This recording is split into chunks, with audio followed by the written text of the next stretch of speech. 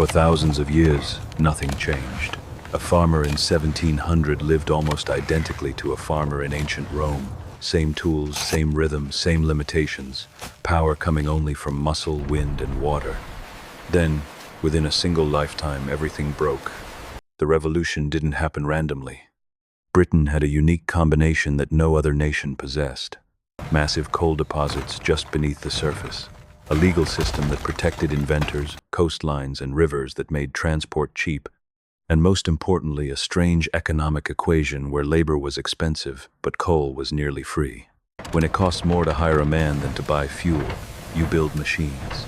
And that is exactly what Britain did. It started with cloth.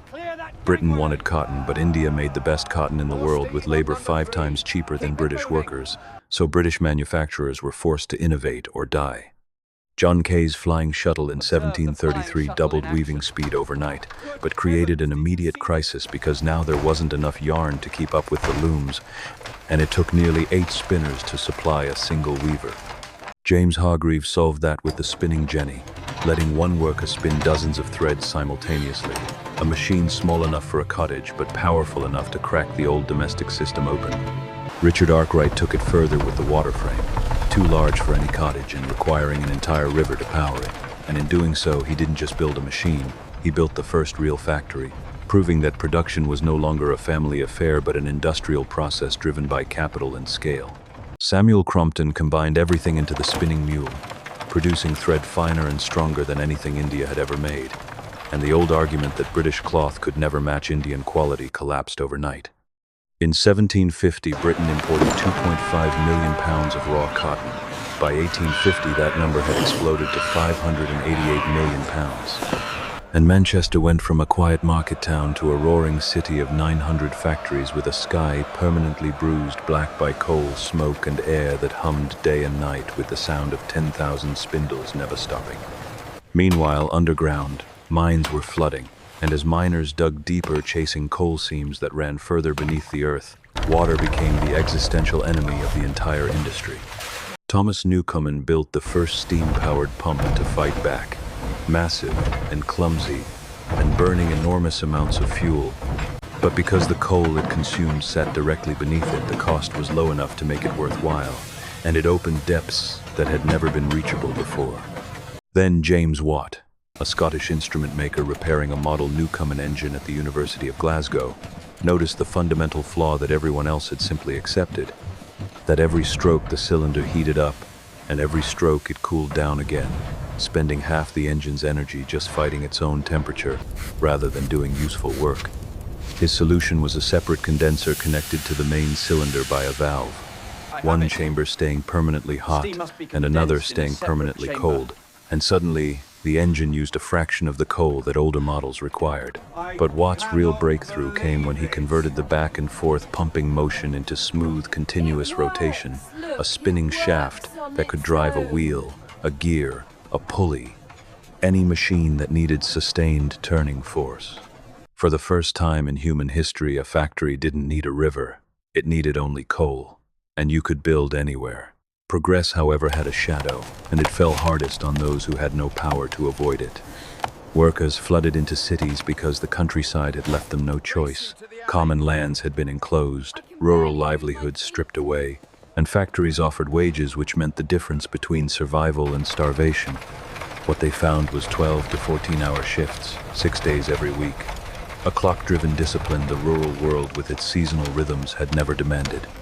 Children as young as 7 worked alongside adults in the early mills, crawling under moving machinery to collect loose cotton while the frames ran above them, paid a fraction of adult wages and preferred specifically because they were smaller and cheaper to manage. Cities were catastrophically unprepared for the hundreds of thousands pouring into them, housing thrown up without planning, families sharing single rooms with dirt floors, sewage running openly through streets and alleys, water contaminated by the waste of everyone living upstream. Cholera and typhoid were not occasional visitors, they were permanent residents, and in some industrial districts, more than half of all children born never reached the age of 5. The iron industry transformed alongside everything else and fed the acceleration from beneath. Coke replacing charcoal removed the forest constraint entirely. allowing production to scale as fast as coal could be mined. As iron became cheap and abundant, it changed what was structurally possible. And the iron bridge over the River Severn in 1779 announced to anyone paying attention that a new material and a new era had arrived. Then came railways, cheap iron for rails and high-pressure steam for engines, and George Stephenson put them together into something that stunned everyone who witnessed it. The opening of the Liverpool and Manchester Railway in 1830 left contemporaries struggling to find adequate words. Passengers traveling at speeds no human being had experienced outside a galloping horse. Journey times between cities collapsing from days to hours. The price of moving coal and iron and cotton falling dramatically almost overnight. But railways did something beyond economics. They connected places that had been effectively isolated for the entire span of human history. Ideas and news and political arguments that previously took weeks to travel, now moving in hours, and the country began thinking of itself as a single place in a way it never quite had before. Britain tried desperately to keep its methods secret, passing laws against emigration of skilled workers and export of machinery. But the attempt was always doomed because knowledge travels inside human beings and human beings cross borders. Belgium industrialized first among Britain's neighbors using coal deposits and transplanted English engineers who carried designs entirely in their heads. France followed more gradually, shaped by a different political history. Germany was complicated by the fact that it didn't yet exist as a unified country, but railways solved that problem by linking separate states into an integrated market large enough to sustain heavy industry. America pushed toward interchangeable precision parts, machined to identical specifications, the intellectual foundation on which mass production would be built. Japan made the most deliberate transformation of all. When American warships appeared in Tokyo Bay in 1853, the ruling class understood immediately what industrial power meant.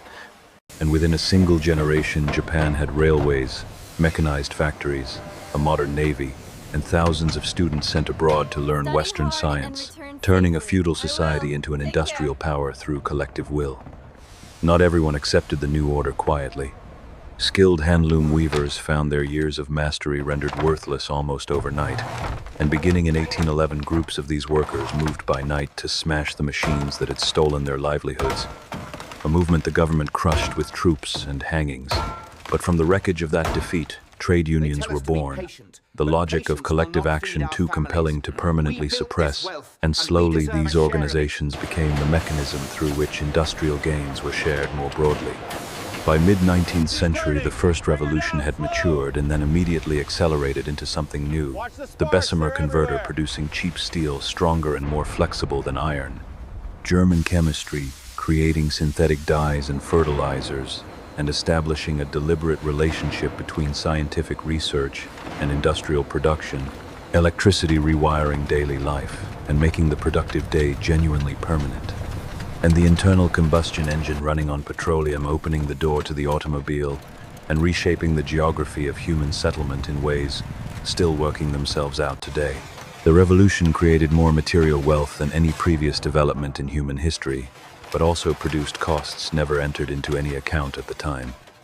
Rivers becoming open sewers, air above industrial cities thick enough to shorten lives measurably. India's textile industry destroyed not by armies but simply by the price of machine-made cloth, underselling handmade artisans until nothing was left.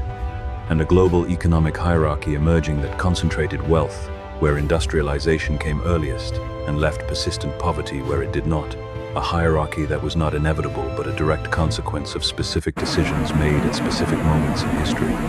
The carbon accumulating in the atmosphere from burning compressed ancient fuel was not identified as a concern until the 20th century, by which point the habit had been running for 150 years and was so deeply embedded in global economic life that changing it would require an effort comparable to the revolution that created it. We live inside what the Industrial Revolution built. Every piece of food on every table, every medicine in every pharmacy, every building keeping out the weather. The light, making it possible to read these words after dark, all flowing from that first moment when human beings pulled ancient energy from the ground and used it to drive machines that never tired and never slept.